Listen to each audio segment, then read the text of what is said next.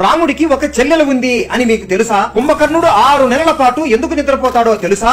రావణుడి భార్య మండోదరి పుట్టినప్పుడు ఒక జంతువు అని మీకు తెలుసా?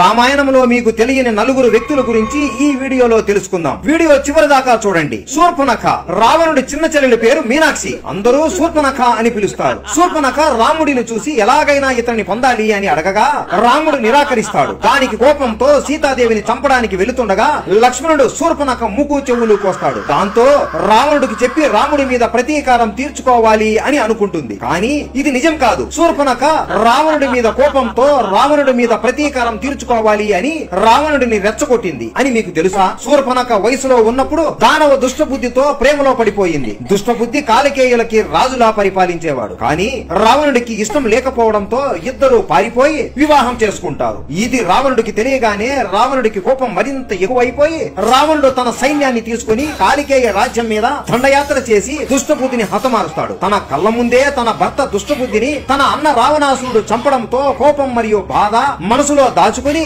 రావణుడి మీద ప్రతీకారం తీర్చుకోవాలి అని పక్కన లంకలోనే ఉండేది. లక్ష్మణుడు శూర్పణఖ ముక్కు చెవులు కోయగానే నన్ను ఈ అల్ప మానవుడైన రాముడు నిరాకరించాడు అనే ఒక బాధ, అలాగే ఇలాంటి పరిస్థితి నాకు తెచ్చినందుకు రావణుడి మీద కోపంతో ఇదే మంచి సమయం అని రావణుడి దగ్గరికి వెళ్లి, అన్నా నేను ఒక అమ్మాయిని చూశాను, ఆమె ఎంతో అందంగా ఉంది, ఆమె నీ పక్కన అయితే బాగుంటుంది అని అనుకుని వెళ్లి అడగగా ఆమె మరిది లక్ష్మణుడు నా ముక్కు చెవులు కోసి అవమానించాడు అని ఉన్నది లేనిది చెప్పి రావణుడి మరణాన్ని అతనే వెళ్లి తీసుకునేలా చేస్తుంది. అలా అన్నను చెల్లి చంపుకుంటుంది. ఈ ఒక్క శూర్పణఖ లేకుండా ఉంటే అస్సలు రామాయణమే జరిగేది కాదు. మేము కూడా ఈ రామాయణం మీద వీడియో చేసే వాళ్ళం కాదేమో.